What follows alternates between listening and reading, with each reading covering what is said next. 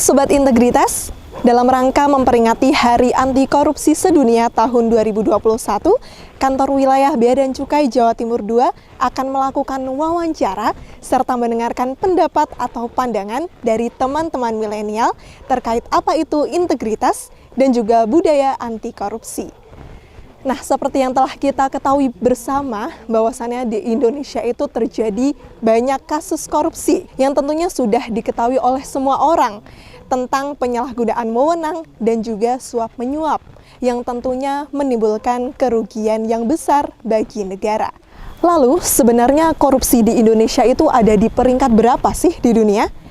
Jadi berdasarkan survei dari Lembaga Transparensi Internasional Indonesia pada tahun 2020, Indonesia berada pada peringkat 102 dari 180 negara yang disurvei.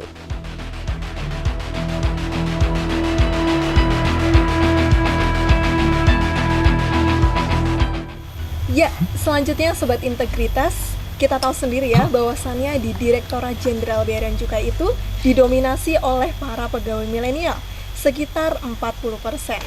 Nah, bagaimana sih pendapat mereka terkait integritas itu sendiri? Kalau begitu, langsung saja yuk, mari kita sambut bersama para pegawai milenial di Kantor Wilayah Bea Cukai Jawa Timur II. Oke, selamat pagi teman-teman. Selamat pagi, Mbak Naf. Jadi ini sudah ada 6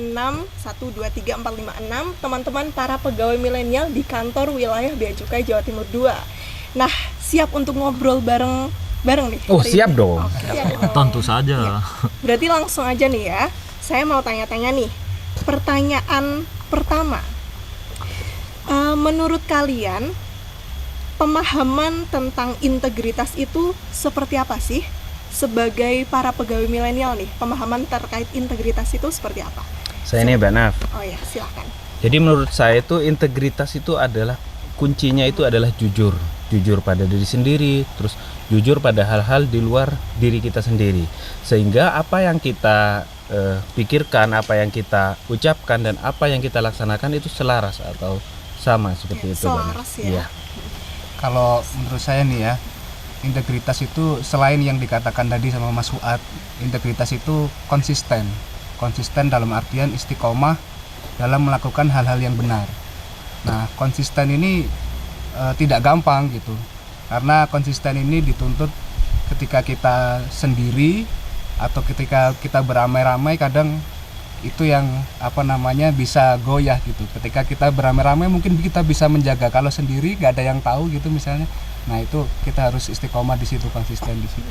Konsisten dari diri sendiri Ya, tentunya untuk, ya, Mas ya. untuk Mbak Naf, aku bisa nih ngerangkum dua pendapat ini pakai bahasa Inggris. Oke. Sosokan lu. milenial banget nih. Ya maklum lah bos. BC. Jadi Bahasa Madura. in my honest opinion, integrity is doing something right even when no one is watching. Ngerti kan? Nggak ada artinya ya? Aku sih bingung Ada di kan. bawah sini ada nggak artinya? Jadi maksudnya gini, merangkum apa yang udah disampaikan sama Mas Fu dan Mas Yoga. Jadi integritas itu kita melakukan sesuatu yang kita anggap benar meskipun nggak ada orang yang lihat. Jadi saya ngerangkum ada konsisten juga, terus ada disiplin di situ. Oke, berarti melakukan sesuatu tindakan yang benar tanpa harus dilihat orang lain. Mungkin pas orang lain itu nggak melihat, kita juga tetap melakukan hal yang benar begitu ya Mas ya? Ya benar sekali Mbak Nafiah. Lainnya mungkin ada yang mau jawab. Oh, Sofa, Aku sih silakan. Mbak Nafiah, di samping pendapat dari Mas Fuad, Mas Yoga dan juga Mas Anas, mungkin saya izin menambahkan di samping terkait dengan kejujuran, keistiqomahan, mungkin yang perlu saya tambahkan bahwa integritas tidak terbatas hanya pada konteks kejujuran dan anti korupsi saja. Integritas bisa kita berbicara tentang bagaimana kita sungguh-sungguh di dalam mengerjakan tugas dan fungsi kita, bagaimana kita bisa profesional di dalam menjalankan tanggung jawab kita, tentunya berpedoman dengan aturan yang ada tentunya dan norma yang ada. Siap dah. Luar Oke, biasa. bertanggung jawab terhadap apa yang kita lakukan ya. emang seberapa penting sih integritas itu dalam bekerja? Khususnya kan teman-teman ini dari bidang yang berbeda-beda ya. Iya, Mungkin betul. bisa kasih contoh tuh di bidang kalian pentingnya kayak gimana dan lain. Tentunya sangat penting ya Mbak dan Mas-mas kalian. Integritas itu kan bagaimana cara kita menahan diri untuk tidak melakukan perbuatan yang tidak jujur seperti itu. Jadi contohnya pada bidang fasilitas kepabeanan dan cukai, yang khususnya bidang yang memberikan pelayanan secara langsung kepada para pengguna jasa, baik itu layanan penundaan, terus layanan pemusnahan, layanan perizinan, Humas seperti juga kali itu. ya? Iya, humas gitu kan memberikan informasi juga tuh berhubungan dengan pengguna jasa. Itu tentunya kita harus memberikan pelayanan yang terbaik, tentunya dengan mengikuti prosedur yang sudah ditetapkan seperti itu. Oh ya Mbak Naf, kalau kami di bagian umum integritas itu sangat penting karena seperti kita tahu, misalkan sebuah mobil di bagian umum itu Mobilnya truk apa? mobil apa aja. Mobil ya? Jadi bagian umum itu adalah rodanya. Jadi bagian umum itu menggerakkan organisasi. Kalau misalkan sekarang istilah populernya prime mover gitu. Jadi dengan adanya integritas, maka layanan yang diberikan oleh bagian umum itu akan terjaga kualitasnya. Setuju sama Mbak Risti. Jadi di bagian umum itu memang prime mover Mbak Naf ya. Jadi sebisa mungkin pegawai yang ada di luar bagian umum itu lancar proses administrasinya seperti kenaikan pangkat, cuti, pembayaran gaji TKPKN dan lain-lainnya, SPD dan lainnya itu sebisa mungkin sangat lancar dan itu harus zero tipping. Kami tidak perlu menerima apa-apa dan memang seharusnya tidak menerima apa-apa, demikian. Mungkin dari yang lain Mbak Anas, Mas Anas. Kayaknya langsung aku lempar ke sebelahku deh Mas. Ya, saya pikir sudah lengkap ya. Lanjut aja pertanyaan. Ya, kalau terkait ini ya, kalau pertanyaannya seberapa penting integritas dari untuk bidang KI, jawabannya tentu sangat penting. Soalnya orang Tegak dong. siap. Soalnya orang kalau mendengar unit kepatuhan internal itu pasti erat kaitannya dengan disiplin, integritas. Ibaratnya kalau di lingkungan TNI Polri kan udah tegak nih. Kan udah tegak nih. Aku harus ngambil Siap. contoh TNI Polri dong. Siap Dan. Oh siap. Emang BC nggak tegap? Tegak juga. Jadi kalau di lingkungan TNI Polri, ibaratnya UKI itu sebagai provos, penegak disiplin. Dalam hal ini juga penegak integritas. Jadi kalau di UKI sendiri integritas belum tercipta, ya mana mungkin menegakkan integritas di unit yang lain. Kan seperti itu. Ibaratnya kayak seperti role model dalam penegakan integritas. Jadi ya sangat penting bagi bidang kepatuhan internal kalau terkait dengan integritas. Bentar nih. Mungkin penonton bingung, UKI itu anaknya siapa? Iya. Jelasin dong. itu apa sih? UKI itu unit kepatuhan internal. UKI atau unit kepatuhan internal ya. Betul sekali. Baik, menarik sekali ya jawaban dari teman-teman milenial ini. Oke, nah saya tertarik itu tadi sama istilah zero tipping atau juga erat kaitannya sama bidangnya Mbak Winda nih ya, fasilitas kepabeanan dan cukai, di mana berhubungan langsung dengan pengguna jasa ya. Jadi itu saya pernah dengar itu, mungkin ada yang namanya gratifikasi atau apa, itu kan termasuk dalam korupsi yang kecil gitu ya kita menyebutnya. Nah, menurut kalian sendiri nih, memang apa sih itu anti korupsi atau zero tipping itu juga bisa dimaksud anti korupsi juga ya? Apa itu anti korupsi dan bagaimana cara menumbuhkan budaya anti korupsi? Tentunya di bidang kalian masing-masing. Bidang kaca dulu dong. mau Oh iya jelasin. boleh. Pertama ya. Yang udah dihafal ini duluan. Baru mutasi Mas. Jadi ini Mbak Nafia, kalau menurutku sih menumbuhkan budaya anti korupsi itu berarti kita tuh harus komit untuk tidak melakukan segala sesuatu yang akan merugikan keuangan negara atau sesuatu yang melanggar peraturan kayak gitulah. Terus kalau di bidang KC sendiri, cara menumbuhkan sikap anti korupsi Dipupuk. nggak disiram Bang. Jadi kami itu tiap bulan bikin agenda namanya dialog peningkatan integritas. Materinya giliran. Jadi bisa aja pejabat pelaksana tiap bulan kayak gitu. Itu Lebih banyak intern KC. internal aja Mas. Lebih banyak Masalahnya pelaksana kalau ya pasti ya yang ini. pejabat sih Mas. Tapi ngomong-ngomong, jawabannya Mas Anas nih KI banget ya. Iya. Kelihatan Gimana di KI ini. Cocok nih Cocok nih di KI. Tukeran ini. sama Mantan KI masih di KI Sedang ya. Belum lulus dari KI dia, Mas. Jadi tujuan dari dialog penegakan integritas tersebut adalah seperti ini Mbak Nafiah. Misal nih, saya sekarang kebagian buat ngomongin tentang integritas. Saya ngomong tuh, integritas, kita nggak boleh melanggar peraturan, kita nggak boleh korupsi. Terus besoknya saya memberikan pelayanan kepada stakeholder.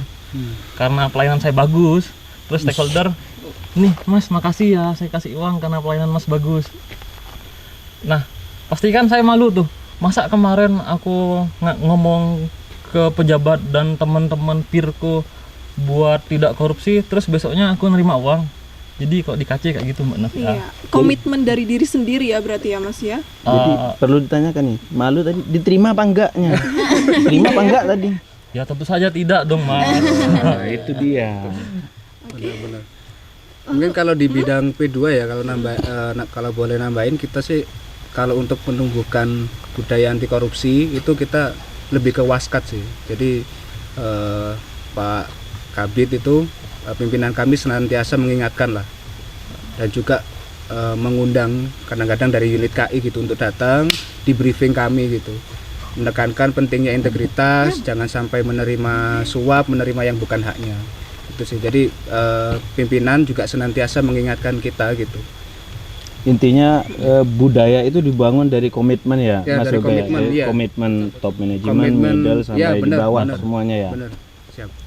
Di samping itu, Nafiah, Di instansi samping. juga Di di samping nih. itu.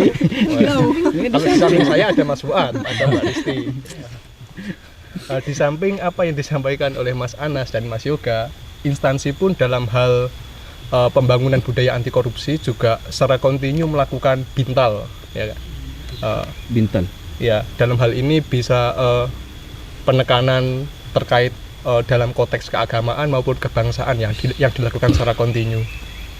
Yang ini mungkin bisa dikatakan sebagai upaya pencegahan lah, dalam upaya Preventif namanya terkait ya. dengan pembangunan budaya anti korupsi. Memang kalau orang KI ya, Wah, Pantas Luar lama dia biasa Mas. ya pantas jawabannya. dipertahankan. sedang di bagus. KI. Oke, selanjutnya nih, bisa nggak kasih contoh kegiatan seperti apa yang dapat menumbuhkan sikap anti korupsi itu sendiri? Siapa dulu nih yang mau jawab? Boleh menambahkan sedikit? Oh iya, Mungkin silakan. ini lebih ke mungkin yang sifatnya personal ya Mbak Naf ya. Mungkin untuk menumbuhkan sikap anti korupsi itu mungkin dimulai dengan kita berteman dengan teman-teman yang akan mengingatkan kita gitu. Kemudian yang kedua juga mungkin kita berteman dengan orang-orang yang tidak mendorong ke gaya hidup yang sebenarnya di luar kemampuan kita. Mungkin seperti Konsumtif itu. gitu ya. Iya, Oh, betul. tapi kalau secara formal kita pun organisasi kita juga sudah melakukan Sudah, banyak ya. upaya untuk mendorong ke arah itu ya. Sangat banyak. Oke, contohnya kayak apa aja itu Mbak? Mungkin seperti sikap dasar, kemudian nilai-nilai Kementerian Keuangan. Oh, Ada sikap dasar. Baik. Hafal Bisa kasih dong. contoh Hafal mungkin? dong. Coba Sebutkan sebutkan. dong. Hafal dong. Ada berapa dulu nih sikap dasar? Ini Mbak Risti biar menyelesaikan jawabannya dulu. Oh iya. Mikir dulu ya. Mikir dulu. Hargai. Mikir dulu. Enggak hafal push up loh. Yang setiap hari di setel. Jadi Yang setiap teman-teman hari di memutar. Bea Cukai itu ada 5 sikap dasar ya, 5 sikap dasar pegawai Direktorat Jenderal Bea dan Cukai. Nah ini teman-teman milenial nih, saatnya nih, apa aja itu 5 sikap dasarnya? Satu. Klik jujur, ya. Iya. Yang pertama jujur, korsa, loyal, inisiatif, korektif. Wah, Pas. luar biasa. Luar biasa. Jadi 5 sikap dasar itu Idola aku harus emang. melekat pada setiap pegawai Direktorat Jenderal Bea dan Cukai ya. Tidak ketinggalan juga nilai-nilai Kementerian Keuangan. Setuju dong, yang Mbak. akan disampaikan Oleh oleh sebelah Mas saya Anas. ini. Oke. Boleh push up dulu enggak? Enggak boleh. Enggak dong, hafal Langsung dong. aja satu. Jadi 1 integritas, Dua. 2 profesionalisme, Tiga. 3 sinergi, 4, pelayanan, 5. kesempurnaan. Sempurna ya. Memang kalau alumni KI Boleh maaf dulu enggak? Oke, Udah sebagai duluan hadiah nih. Next, kalau tadi teman-teman udah membangun sikap anti korupsi, lalu seandainya nih ada teman kerja kalian, terutama di satu ruangan mungkin atau di satu kantor, itu melakukan tindakan korupsi. Langkah-langkah apa yang akan kalian lakukan? Maaf ya, Mbak Risti mau jawab. Daripada berebut biar aku aja. Oke, silahkan. Aku makan. Jadi gini Mbak Naf. Jadi gini kan lagi makan nih. Ayo silakan lanjut maksudnya. Jadi kalau saya nih ya, kalau ada teman yang patut diduga melakukan korupsi atau seperti apa, pertama saya introspeksi dulu. Saya melihat ke diri saya sendiri. Aku kayak gitu juga gak sih sebenarnya? Aku ini juga gak sih? Saya mengukur diri saya sendiri. Nah, setelah itu sebisa mungkin saya mengingatkan. Mengingatkan juga tidak langsung, kamu korupsi ya? Kamu korupsi ya? Enggak. Gimana sih yang benar sebenarnya kayak gitu. Jadi semacam diskusi seperti itu. Mas Yoga menambahkan ya? Iya. Menambahkan makan atau minum? Minumnya belum ada nih. Jadi boleh saya tambahin ya. Oh, kalau boleh, menurut saya sih kalau mencegah kemungkaran ya, mencegah salah satunya korupsi kan, kemungkaran itu ada 3 cara gitu. Yang pertama kita mencegah dengan tangan kita gitu. Kalau kita nggak bisa mencegah dengan tangan kita, yang kedua kita mencegah dengan mulut kita gitu, dengan nasihat gitu ya. Nah kalau nggak bisa mencegah dengan mulut kita ya kita mencegah hati kita gitu. Jadi itu ya disebutkan itu yang selemah-lemahnya iman gitu. Jadi Masya Allah, akhir. ini kutipan aja. Hadis atau Al-Quran lupa saya. Jadi gitu. Jadi ya tergantung rentang kendali diri kita juga kita ukur gitu. Kalau bisa kita cegah dengan tangan kita cegah. Kalau nggak bisa kita nasehatin gitu ya. Yang mengingatkan. Mengingatkan. Kalau nggak bisa juga bukan dengan ikut-ikutan gitu. Tapi kita juga hati kita menolak itu gitu. Dan yang paling penting sih diri kita dulu gitu kan. Kalau kita sama lah kita menasihati anak itu kan, jangan makan sambil berdiri tapi kita sambil berdiri gitu kan. Jadi ya anak pasti lebih mengikuti ya apa yang dilihat gitu. Jadi memberi ya, contoh terlebih dahulu ya. Iya, mungkin penting untuk mengingatkan diri sendiri saya juga gitu kan, dan juga teman-teman yang lain. Kita dulu lah yang kita yang bisa menjadikan teladan bagi diri kita sendiri gitu, baru untuk mengingatkan orang lain. Oke. Seperti kata pepatah ya, buah tidak akan jatuh jauh dari pohonnya. Iya kan? Betul ya? Jauh tidak akan. Oke, ya daripada nganggur kan. Kalau peribahasa Maduranya walk the talk gitu ya.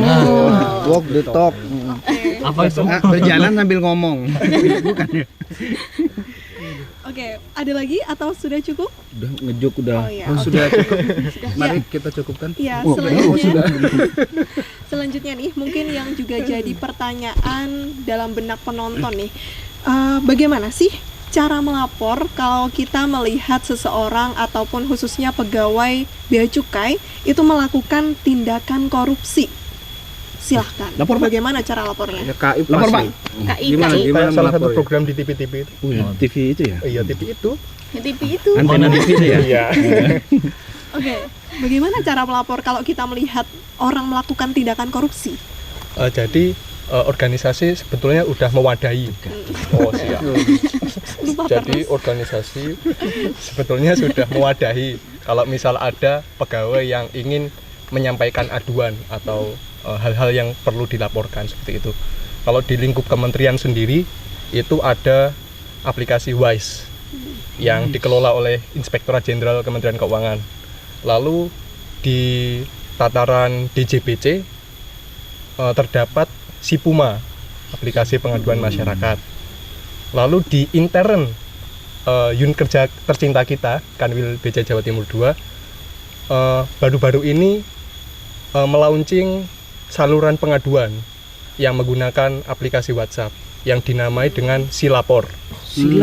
Lapor, Pak. Iya. Apa itu kepanjangannya tuh? Silapor. Aplikasi lapor. Aplikasi untuk melaporkan. Kira-kira seperti itu. Luar biasa kepanjangannya. Padahal jawabannya sulit ya. Padahal jawabannya sulit ya. Tidak terduga kan? Saya aja nggak mikir tadi. Luar Iya. biasa. Nah, untuk nomor dari Silapor yang bisa dihubungi itu 0822 1116 2225. atau bisa dilihat di sini di bawah ini. Mana Mas? Mana juga? Bawah, Mas. Oh gitu ya, berarti ya itu. cara melaporkannya. Iya. Jadi buat para penonton nih, jangan ragu-ragu kalau misalkan melihat para pegawai di lingkungan Bea Cukai itu melakukan tindakan korupsi atau mungkin menerima gratifikasi dan lain sebagainya, jangan ragu untuk melapor kepada kami. Oh ya, dan satu lagi Nafiah yang perlu saya sampaikan di sini. Untuk teman-teman yang ingin menyampaikan aduan itu jangan khawatir identitasnya akan bocor. Oh, Karena iya. pasti laporan tersebut akan dikelola secara profesional oleh UKI. Ya, rahasia ya, akan Betul. dirahasiakan ya. Jadi nggak usah ragu-ragu lagi. Oke. Mungkin ada yang ingin menambahkan nih dari teman-teman? Saya sih enggak. Saya sih pengen, Oke. Tapi cuma nggak mampu. Pengen balik ke KI maksudnya. oh ya, pengen yang lain berarti ya. Oke. Sebenarnya ini pertanyaan terakhir ya. Teman-teman ini tahu nggak kalau di kantor wilayah Bea Cukai kantor kita ini sebenarnya ada unit yang menangani pelaporan gratifikasi, tahu nggak? Dan ini tugasnya apa aja ya? Mungkin kalau ada yang belum tahu bisa dijelaskan oleh yang tahu ya. Siapa nih yang tahu nih di paling sini? tahu mungkin KI dong. ada. Coba. Angkat badan dulu. Dulu sofa lagi. Iya. Mungkin Jadi dijawab dulu kali ya. Tahu nggak kalau ada UPG? Tahu nggak? Tahu nggak? tahu nggak? Tahu nggak? Winda tahu nggak? Pernah dengar sih. Pernah dengar. Kalau dengar. saya aku tahu cuma sih. pernah dengar juga. Iya. Kira-kira Nggak tahu menurut teknisnya Mas gitu. Yoga UPG itu apa singkatannya? UPG Unit pengendali gratifikasi. Gitu. saya pikir pengarus utamaan gender. Oh, itu beda juga juga. sih. Bukan UPG. Kalau itu Kembali. umum, ini KI. Iya. Coba mungkin langsung bisa dijelaskan sama Mas Sofa tuh. Tugasnya, fungsi-fungsinya seperti apa. Jadi sebetulnya saya sendiri Tidak tidak tahu juga. Siapa yang tahu? Siapa yang tahu di sini? Masa aku yang jawab sih? Jadi sebetulnya saya sendiri tidak terlibat langsung dalam tim UPG ya, unit pengendali gratifikasi. Cuman karena saya berada di bidang kepatuhan internal ya saya ya sedikit banyak tahulah terkait UPG itu sendiri. Jadi UPG itu unit pengendali gratifikasi ya. Di masing-masing satker itu pasti ada unit untuk mengelola laporan atau aduan terkait dengan gratifikasi. Untuk tugas dan fungsi dari UPG sendiri itu ya salah satunya ya menerima dan tentunya harus mengelola aduan dari laporan tersebut. Berikutnya dimungkinkan aduan atau laporan tersebut disampaikan ke KPK juga. Itu yang bertugas untuk berkoordinasi dengan KPK itu UPG. Lalu berikutnya UPG juga memiliki kewenangan untuk memutuskan atas barang yang dilaporkan tersebut. Ada beberapa kemungkinan dari putusan barang tersebut. Bisa jadi milik negara, bisa jadi milik penerima, bisa juga dikelola oleh UPG itu sendiri, tergantung dari analisa dari UPG berdasarkan ketentuan yang berlaku. Tapi bukan jadi milik UPG kan ya? Ya nanti tergantung analisa dari UPG itu sendiri, Yes, nanti bagaimana. Kalau nggak salah ada batas-batasnya itu ya. Betul, Berapa ada ini ya? batas-batasnya. Cuma nggak hafal. Salah satunya kayak misal dalam hal hadiah pernikahan, itu kan dibatasi maksimal 1 juta. 1 juta. Kalau di bawah 1 juta itu tidak wajib untuk dilaporkan. Ya, dan seterusnya. Kok di bawah 10.000 enggak juga kan? Ya nggak perlu dilaporkan. Nah, itu yang kondangan loh. Itu kondangan numpang makan ya. Makan itu Mas. Kalau salah kota itu kota parkir sebenarnya. Amplopnya nggak dinamain lagi. Enggak dinamain, isinya 5.000 ya. Parah. Berhati-hatilah. Nih, ya. Apa pesan yang bisa teman-teman sampaikan kepada penonton podcast Aku aja terkait nih. belum selesai nih Belum Kak. selesai. Iya, Oh, terkait iya, belum selesai, apa sabar. itu integritas dan budaya anti korupsi. Aku aja nih, aku aja. Iya, silahkan. Mungkin Mbak Disti lebih pas sih. Aku rasa Mas Yoga mau menyampaikan Aku pesan. sih mau ngambil kue ini. Jadi Coba yang lain dulu aja ya. Oke. Yang lain. Mending daripada kita bingung nih ya teman-teman, mending langsung saja kita dengarkan bersama dari Bapak Kepala Kantor Wilayah Bea Cukai Jawa Timur 2, Bapak Untarto Wibowo. Kaget Udah kami di sini, Pak. Bapak. Selamat pagi. Selamat pagi, Bapak. Ternyata ada Pak Kanwil. Pantesan gugup gitu. Pantesan tadi nggak los tadi. Selamat datang Pak Untarto. Oke, lagi ngobrol apa ini? Kayaknya seru banget. Iya, jadi ini teman-teman milenial, kami hari ini tadi udah ngobrol-ngobrol banyak nih Pak tentang apa itu anti korupsi, budaya anti korupsi dan lain sebagainya. Kan ini sedang memperingati Hakordia tahun 2021 Pak, yang tepat dirayakan tanggal 9 Desember 2021. Hari ini ya? Iya, hari ini ya, tepat pada hari ini. Nah sekarang kita mau tanya-tanya nih sama Pak Untarto, mungkin ada pesan-pesan untuk para milenial tentang apa itu korupsi dan lain sebagainya, begitu Pak. Oke, sebelum kita bicara mengenai korupsi, kemudian upaya-upaya kita untuk tidak korupsi, saya boleh mundur sedikit. Kita bicara mengenai sikap yang harus kita miliki. Nah, orang secara umum menyebutnya sebagai sikap berintegritas gitu, sikap berintegritas. Nah, integritas itu apa? Menurut Kamus Besar Bahasa Indonesia yang baru saya baca tadi pagi, gitu Pak ya. Menarik juga saya melihat integritas apa. Orang sering kisruh dengan integrasi. Jadi integrasi itu disintegrasi gitu. Ya sebetulnya sih dari akar katanya sama ya, integer itu satu kesatuan gitu. Jadi menurut Kamus Besar Bahasa Indonesia itu satu kesatuan sikap mutu yang kemudian menunjukkan kewibawaan, profesionalisme dan kejujuran itu menurut Kamus Besar Bahasa Indonesia. Jadi garis bawahnya adalah satu kesatuan sikap gitu. Nah, karena kita orang bea cukai, tentunya kita perlu merefer nih. Kalau menurut bea cukai itu apa sih integritas itu? Nah, ada di dalam dokumen namanya Integrity Development Guides-nya WCO, World Customs Organization. Di situ disebutkan integrity is a set of. Nah, a set of itu apa? Adalah satu kesatuan dari. Ini kan sama ya. Jadi menurut Kamus Besar Bahasa Indonesia itu adalah satu kesatuan sikap. Lah, kalau menurut WCO, integrity is a set of gitu. A set of apa? A set of apa? Satu professionalism, ethical gitu, ethical behavior. Terus kemudian yang ketiga adalah honesty, kejujuran gitu. Jadi yang membuat Kamus Besar Bahasa Indonesia membuat definisi Kamus Besar Bahasa Indonesia dan yang membuat definisi di WCO itu mereka tidak saling mengenal, tetapi sangat mirip itu definisinya sangat mirip, sehingga di dalam bahasa kita sehari-hari yang namanya berintegritas itu apa sih? Satu, profesional. Jadi kita harus profesional. Profesional itu apa ya? Pinter, know-how, kita mengerti, kita memahami teori bekerja, kita kemudian tahu bagaimana melaksanakan teori itu, keterampilan ya, know-how. Kemudian yang ketiga adalah ethical behavior. Jadi bekerja dengan penuh etika. Yang ketiga apa? Kejujuran. Jadi berintegritas itu tidak hanya sekedar jujur, meskipun kejujuran, tidak bohong itu adalah ya akar dari kita berintegritas. Nah, itulah yang kemudian melandasi kita untuk melakukan tugas dengan berintegritas. Untuk apa? Menjauhi korupsi. Nah, dua hal itulah yang kemudian sering kemudian kita bicarakan begitu.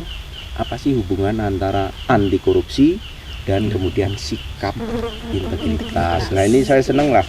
Ini kalian sudah ngobrol-ngobrol tentang itu dan memang harus sering diobrolkan gitu. Jadi jangan bukan dianggap sebagai sesuatu hal yang berat untuk diobrolkan itu. Di negara-negara maju sana itu hal-hal seperti ini sudah sering sangat biasa gitu kan dibicarakan itu.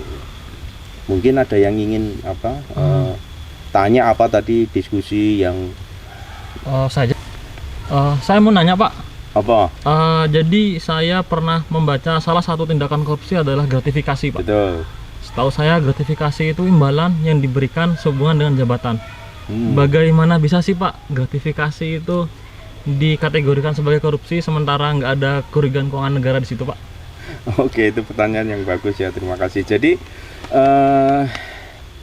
ini cerita ya, ini mohon maaf saya pakai ilustrasi di dalam agama Islam ya. Jadi pada waktu itu ada sahabat Nabi Muhammad itu yang beliau itu bertugas di sebagai amil zakat ya, sebagai amil zakat. Nah, terus kemudian temannya sejak kecil itu datang ngurus zakatnya, kemudian dia memberi sesuatu lah, katakanlah kurma gitu ya. Terus kemudian si sahabat Nabi itu lapor ke Nabi, Nabi saya dapat hadiah kurma dari si fulan sahabatku sejak kecil. Kata Nabi kembalikan, nggak boleh kamu menerima itu. Loh kenapa? Kan itu sahabat saya sejak kecil dan biasa saya mendapatkan hadiah dari dia itu. Dan Nabi juga pernah melihat pada waktu itu saya mendapatkan hadiah dari dia dan Nabi tidak melarang. Kenapa sekarang melarang? Apa kata Nabi? Bahwa kamu sekarang mengurusi urusan si fulan itu. Nah, itu adalah sebetulnya adalah garis di mana kita tidak bisa lagi mendapatkan pemberian itu yang kemudian dikategorikan dengan terminologi sekarang itu sebagai gratifikasi.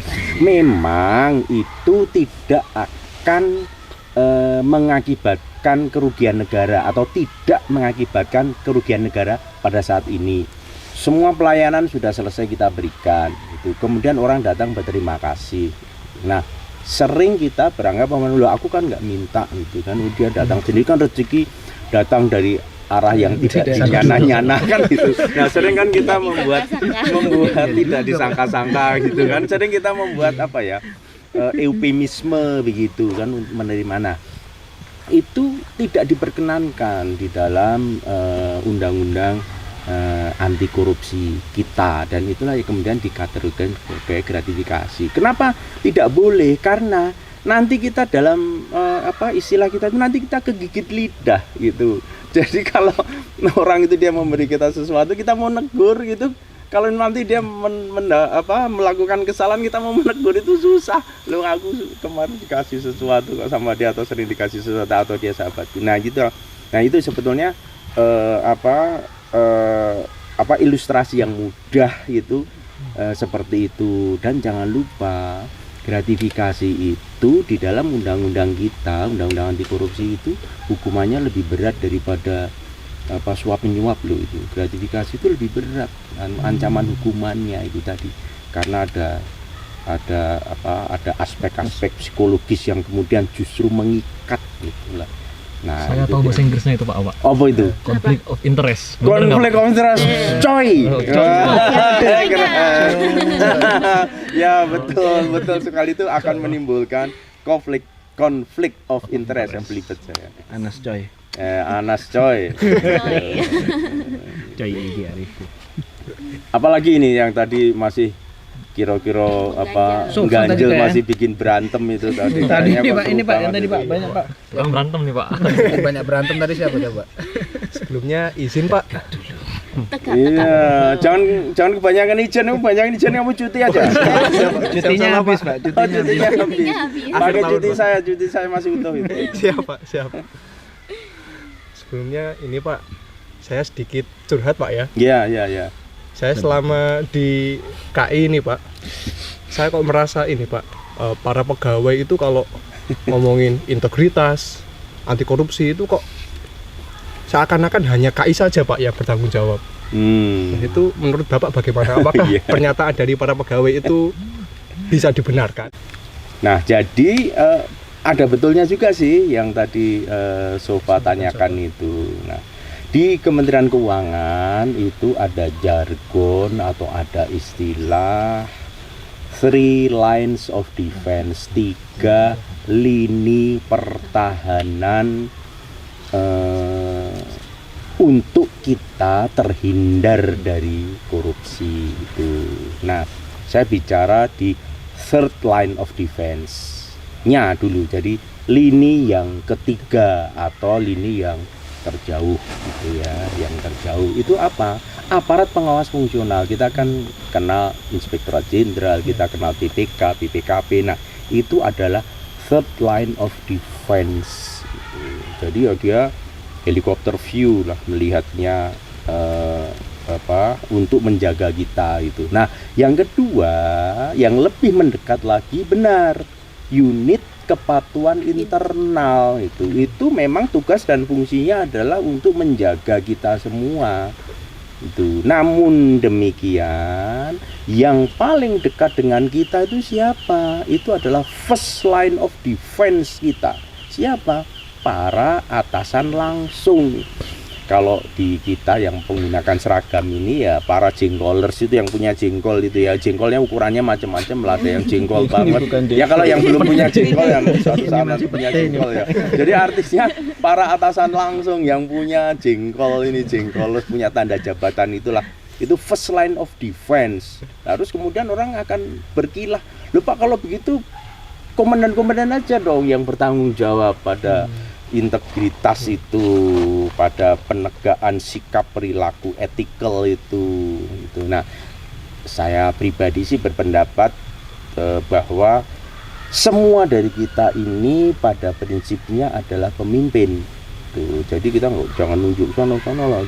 Jangan lupa bahwa satu jari menunjuk orang lain itu, tiga jari menunjuk diri kita sendiri kan gitu. Jadi memang betul bahwa para jengkolers, atasan langsung itu memiliki fungsi menjaga kita. Tetapi jangan lupa bahwa kita ini adalah hakikatnya pemimpin, paling tidak pemimpin bagi diri sendiri. Jadi kita bisa menjaga diri kita sendiri dari tindakan-tindakan yang tidak etikal, tindakan-tindakan yang melanggar integritas. It takes more than a village gitu, diperlukan lebih dari sekampung gitu. Nah, kampung itu ya unsur-unsurnya adalah yang terkecil adalah individu. Jadi kalau individu bagus, pasti kampung itu bagus. Kalau kita bagus ya kantor kita juga akan bagus. Kalau kantor kita bagus ya masyarakat bagus. Kalau masyarakat bagus ya bangsa ya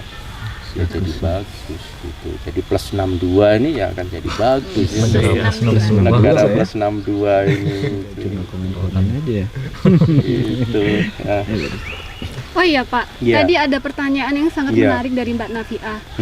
Kalau menurut Bapak sendiri sebagai senior kami yang punya pengalaman yang sangat banyak di organisasi kita ini, kira-kira apa pendapat dan saran atau wejangan Bapak bagaimana bagi kami generasi muda untuk membangun sikap anti korupsi? Oke, terima kasih Mbak Risti. Jadi ini pertanyaan yang saya kira sangat bagus dan itu mewakili semualah teman-teman. Jadi teman-teman semua para pegawai Direktorat Jenderal Bea dan Cukai khususnya di wilayah kerja Jawa Timur 2, di dalam kesempatan yang baik ini saat kita memperingati Hak Kordia 9 Desember tahun 2021 ini, mari kita memberikan semangat kepada diri kita sendiri untuk bagaimana kita bisa bekerja dengan penuh integritas. Bekerja dengan penuh integritas itu adalah yang pertama, tingkatkan pengetahuan dan keterampilan kita terhadap pelaksanaan tugas kita sehari-hari.